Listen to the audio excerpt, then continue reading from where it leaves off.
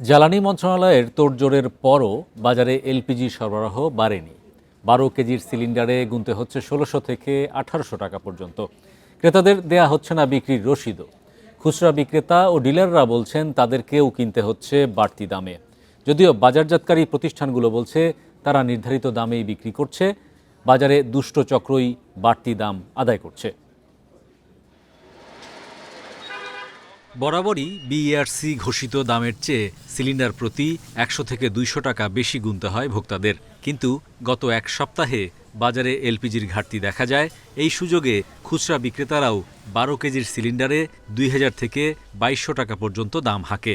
2250 কামরাঙ্গার সকাল দিকেছি মানুষ কিনতে যায় ফিরে এবারে। এক সপ্তাহ আগে হইলো 1800 টাকা কিনছি, আর আজকে হইলো 2250 টাকা কিনছি।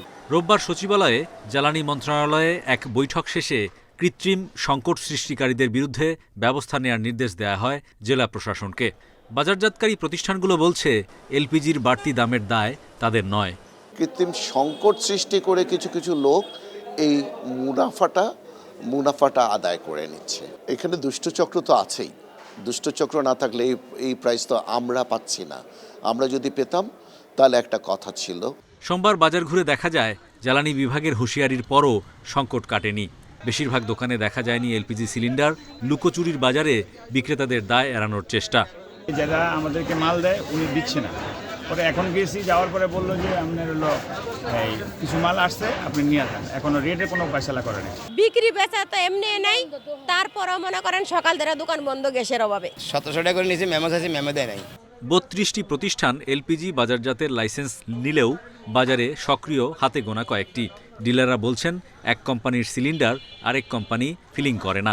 এছাড়া সরকার নির্ধারিত 1211 টাকায় 12 কেজির সিলিন্ডার পাচ্ছেন না ডিলাররা। 1329 টাকা পে অর্ডার করতেছে। এরপর আবার দেখা গেছে গাড়ি ভাড়া, আসা যাওয়া, ট্রান্সপোর্ট ওখানে অনেক বেড়ে গেছে। তো এখন যে রেটে ঘোষণা করছে এই রেটে তো আমরা পারতেছি না। দেশে মাসে 1,30,000 থেকে 1.5 লাখ টন এলপিজির চাহিদা রয়েছে। ভবিষ্যতে সংকট এড়াতে বিইআরসিকে আমদানি মজুদ সরবরাহের মাসিক পূর্বাভাস দেওয়ার আহ্বান করেছে জ্বালানি বিভাগ। Hari Saha, independent news, Dhaka.